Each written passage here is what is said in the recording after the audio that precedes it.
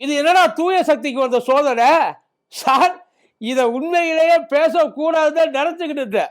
I am really sorry. நான் செம்ம சொல்றேன், ட்ரூலி சாரி, சத்தியமா. ஆனா விஜயா இருக்கிறது எவ்வளவு பெரிய கஷ்டம் அப்படின்னு சொல்லி விஜய்க்கு மட்டும்தான் தெரியும் பாக்கியா. Absolutely agri sir. ரொம்ப கஷ்டம் தான். வெடிக்கும்னு எல்லாருக்குமே தெரியும். ஆனா இப்படி வீட்டுக்குள்ளேயே வெடிக்கும்னு சொல்லி கனவா கண்டா ட்ரீம்ல கூட நினைச்சு பார்க்கல சார். அது ஐயா அவரோட பாட்டை திரும்ப அவருக்கே போட்டு காமிக்கிறாங்க. பிளாஸ்டு பிளாஸ்டு தளபதி கச்சேரின்னு பாடினார்ல. தளபதி கச்சேரியெல்லாம் கிடையாதுப்பா, தளபதிக்கு தான் கச்சேரியே. எல்லாரையும் விசில ஊதி விரட்டி அடிப்போன்னு சொல்லி மேடை போட்டு பேசினார்ல. அங்கே ஒரு ஆள் சங்கு ஊதி சடங்கு நடத்தியிருக்கு சங்கீதமா போட்டாங்க முழுசா. இதுக்கு மேலே என்னால் இது இருக்க முடியாது. ஆக்சுவலி இது தனிப்பட்ட ஒரு மனுஷனுடைய தனிப்பட்ட விஷயம் சார். அதை ப்ரைவேட்டாக இருக்க வேண்டியதை பப்ளிக்காக பாயை போட்டு படுக்க வச்சு பாலிடிக்ஸ் பண்ணலாமா? அது தப்பு இல்லை. ஆனால் இந்த விஷயத்தை ஏன் எல்லாரும் இவ்வளவு தூரம் இப்போ ரொம்ப உன்னிப்பாக கவனிக்கிறாங்க அப்படின்னா, இத்தனை வருஷமா சும்மா இருந்த, ஏன்னா அவங்களோட ஸ்டேட்மெண்ட்லேயே அது இருக்குது, இத்தனை வருஷமா சும்மா இருந்த சங்கீதா இப்போ எந்திரிச்சு இந்த வேலையை பார்த்தது ஏன்? அதுதான் அவங்களுக்கு பெரிய கேள்விக்குறியா இருக்கு. இப்போ சங்கீதாவை பின்னாடி இருந்து யாரு இயக்குறா? அவங்க இப்போ இந்த விஷயத்த கொண்டாந்து தூக்கி போட்டது எதுக்காக?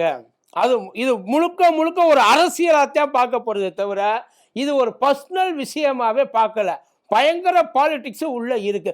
உண்மையிலேயே சங்கீதாவுக்கு பேக்கப்பா யாரு இருக்கிறா? அதைத்தான் பார்க்க போறோம். பார்த்துருவோமா?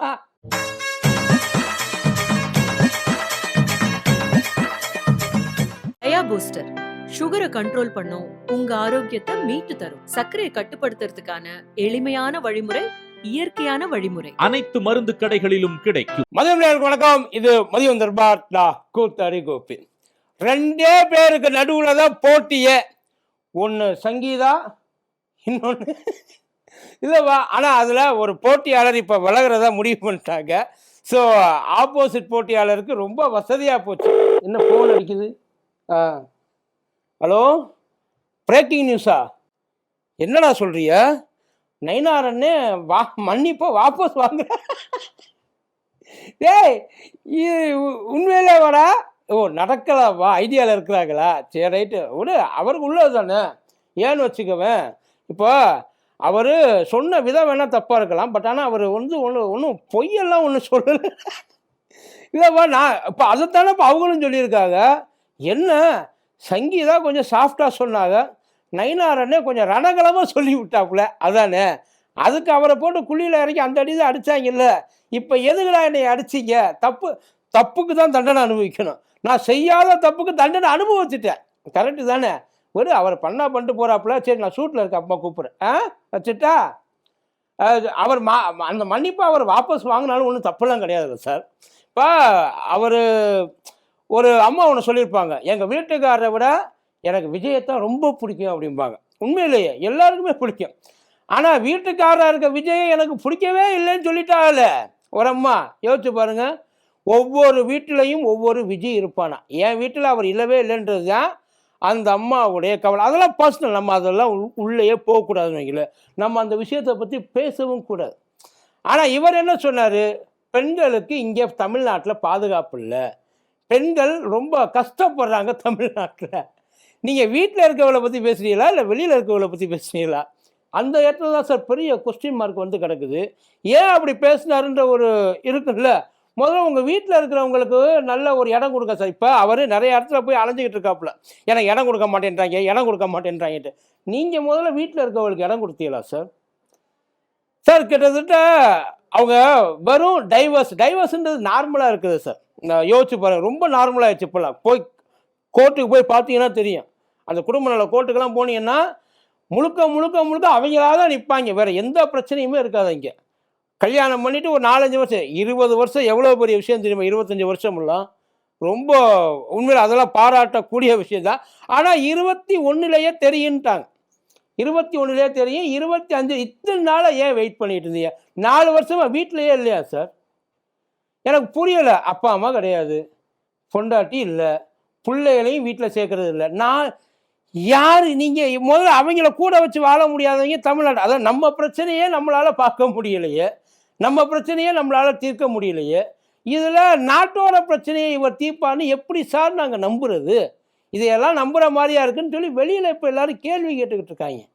இருக்கிற எல்லா தலைவரும் இப்போ இருக்கிற எல்லாரையும் காட்டிலும் நான் தான் பெஸ்ட்டுன்றீங்கல்ல. எங்கே ஏதாச்சும் ஒரு தலைவர் உங்களை மாதிரி யாராச்சும் இருக்கிறாங்கன்னு சொல்லுங்கள்.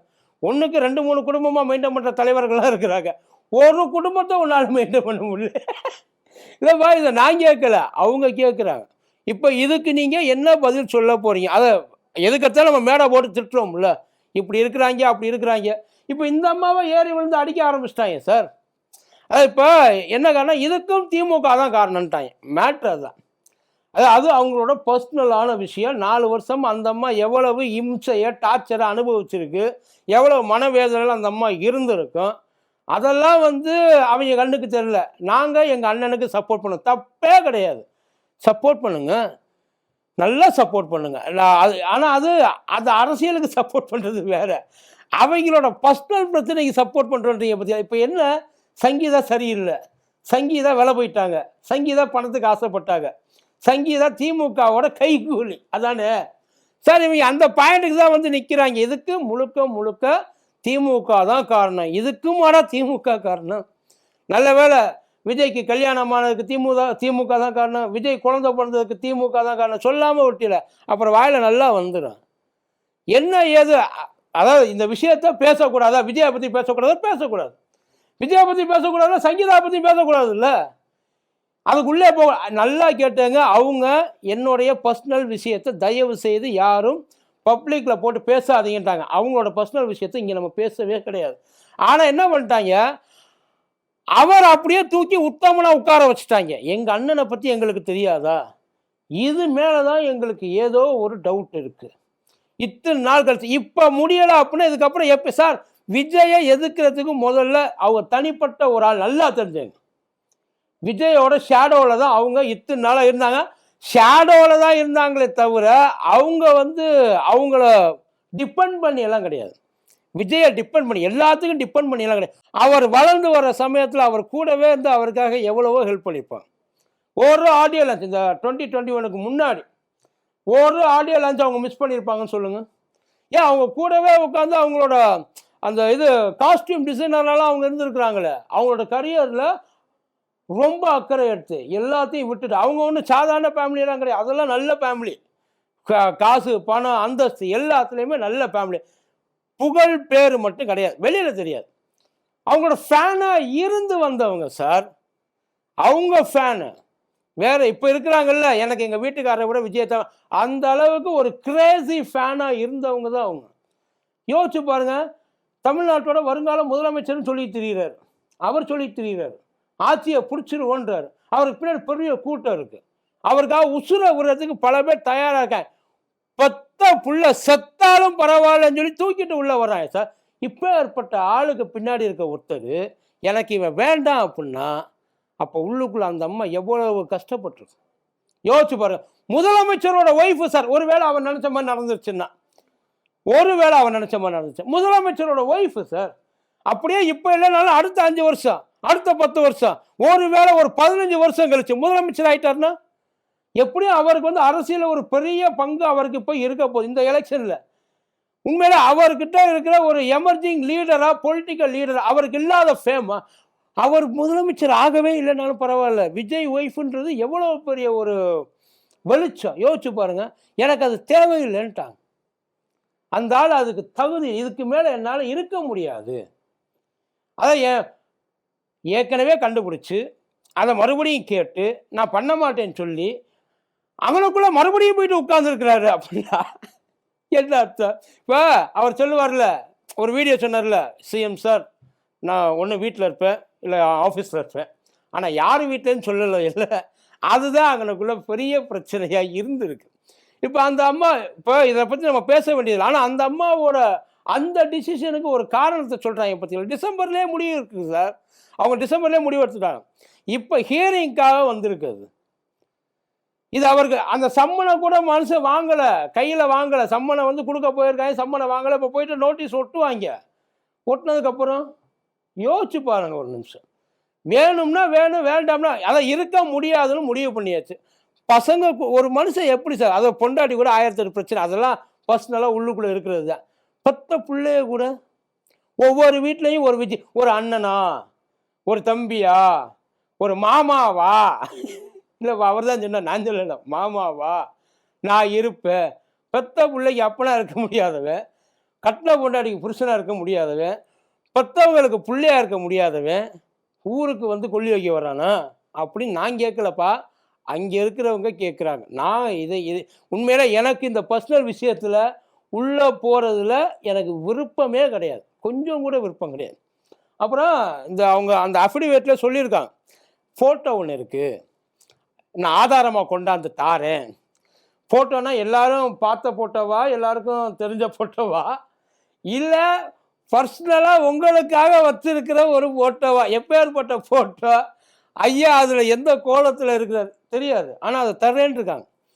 அவங்க பிரச்சனையே அவர் புருஷனாக இருக்கிறது இல்லை, அவர் புருஷனாக இல்லாமல் இருக்கிறது தான் பிரச்சனை. அதாவது பேசிக் ரெஸ்பான்சிபிலிட்டி சார்.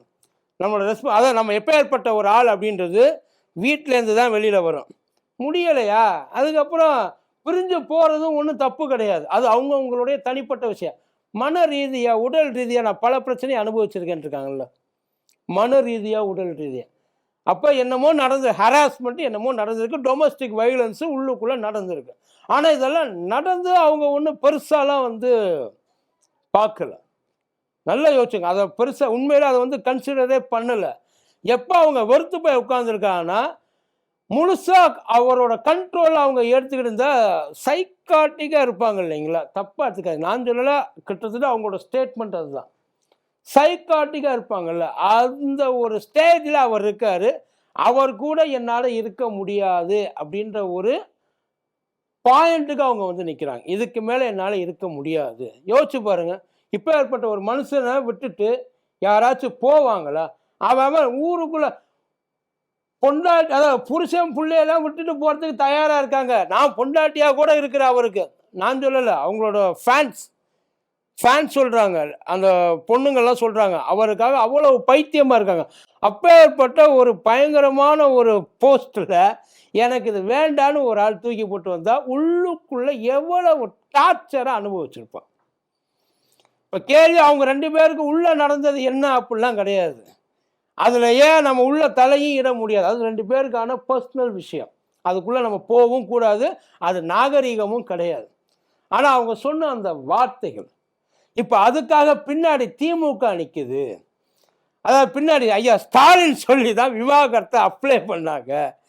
என்னடா ஏதோ ஒரு இடத்துல எங்கேயோ ஒரு ஃபோட்டோவை ஐயா ஸ்டாலின் கூட அவங்க சங்கீதமாக எடுத்துருக்குறாங்கன்னு வைங்கள, அந்த ஃபோட்டோவை வச்சுக்கிட்டு இதுக்கு பின்னாடி முழுக்க முழுக்க திமுக தான் இருக்குது.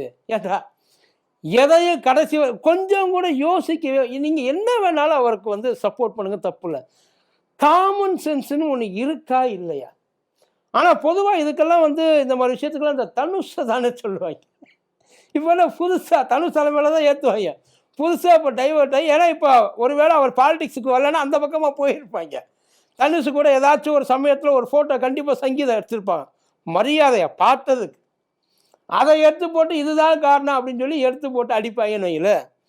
ஆனால் இதுக்கு திமுக, எதுக்கு எடுத்தாலும் திமுக, எல்லாம் திமுக இல்லையா?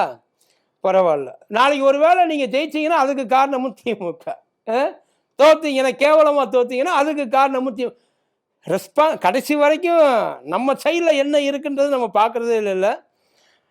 எதுக்காக இந்த வீடியோ அப்படின்னா, தேவையில்லாமல் அவங்க 2 பேருக்கு நடுவில் பாலிட்டிக்ஸை உள்ளுக்குள்ளே, இதே தான் கரூர் விஷயத்தில் பண்ணாங்க. எடுத்தோடனே திமுக சதி, திமுக ஆட்கள் உள்ளே புரிஞ்சுட்டாங்க, எல்லாம் இதை செஞ்சுட்டாங்க. இது அவங்க அஃபிடேவிட்டை எடுத்து பாருங்கள், அதில் அவங்களோட பிரச்சனைகள் என்னென்னன்றது தெளிவாக சொல்லியிருக்காங்க. அப்புறம் பொம்பளையாக அடக்க ஒடுக்கமாக இருக்குன்னு பார்க்குறேன், தேவையில்லாமல் என்னைய ப்ரெஷர் பண்ண அதுக்கப்புறம் அந்த பேரையும் தூக்கி உள்ளே போட்டுருவேன்ட்டார். பட் ஆனால் என்னால் அதை வந்து உண்மையில் கெஸ்ஸிங் கூட பண்ண முடியல, யார் அந்த ஆளாக இருக்கும், எப்படி, அதாவது இவ்வளவு வருஷமாக ஒரு வேளை ஒரு யங் கப்பலாக இருந்தால் கூட பரவாயில்ல, சரி ஏதோ ஒரு காரணம் முடிஞ்சு போச்சு. ஆல்மோஸ்ட் அவருக்கு வயசாக கிட்டத்தட்ட 60 ஆக போகுது, ஐயா விஜய்க்கு 60 ஆக போகுது, அவங்களுக்கு ஒரு 55 வயசு இருக்கும்னு வைங்கள. அவங்க இந்த நேரத்தில் போயிட்டு டிவோர்ஸ் வாங்குறாங்களா? அதுக்கு ஒரே காரணம், இதுக்கு மேலே இது கூட இருந்து அப்படின்னா அது நரகம், இதுக்கு மேலே இருக்க முடியாது அப்படின்ற ஒரே ஒரு காரணம் தான், வேறு எதுவும் கிடையாது. இதுக்கு தேவை அவங்களோட பர்சனலுக்குள்ளே தேவையில்லாமல் பாலிடிக்ஸை பின்னாடி சொருகாதீங்க. சொருகுனீங்கன்னா அதுக்கப்புறம் ரொம்ப நோண்ட ஆரம்பிச்சுடுவாங்க. நன்றி.